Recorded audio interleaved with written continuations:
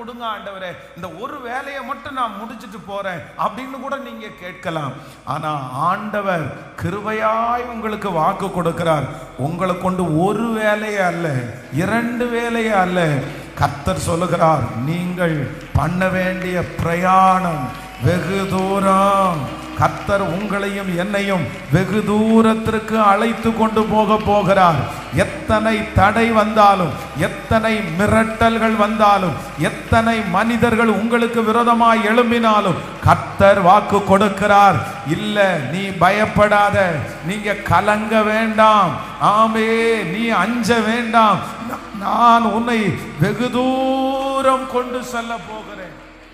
ஆமே, நீ பண்ண வேண்டிய பிரயாணம் வெகு தூரம். சொல்லுங்க பார்க்கலாம், ஒரு 5 டைம் கையை உயர்த்தி சொல்லுங்க, நான் பண்ண வேண்டிய தூரம் வெகு தூரம், நான் பண்ண வேண்டிய தூரம் வெகு தூரம்.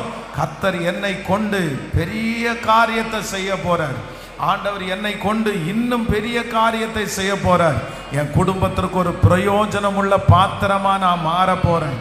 ஆமென். இந்த 100 days ஜெபத்திற்கு பிற்பாடு ஆண்டவர் என்னை பல காரியங்களிலே கர்த்தரனை பயன்படுத்த போகிறார். என்னை கொண்டு ஆண்டவர் பெரிய காரியத்தை கர்த்தர் செய்ய போகிறார்.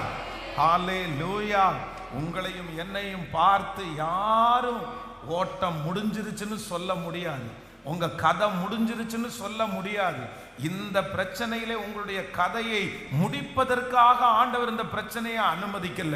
இந்த சூழ்நிலையை உங்களை முடிப்பதற்காக ஆண்டவர் அனுமதிக்கல.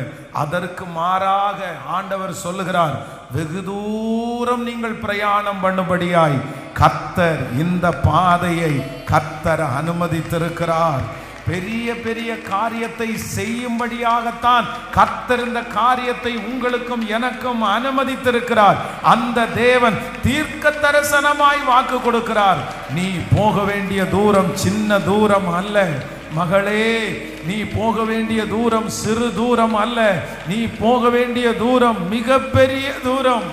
கர்த்தர் என்னை பெரிய இடத்திற்கு ஆண்டவர் கொண்டு போறார். விசுவாசிக்கிறீங்களா?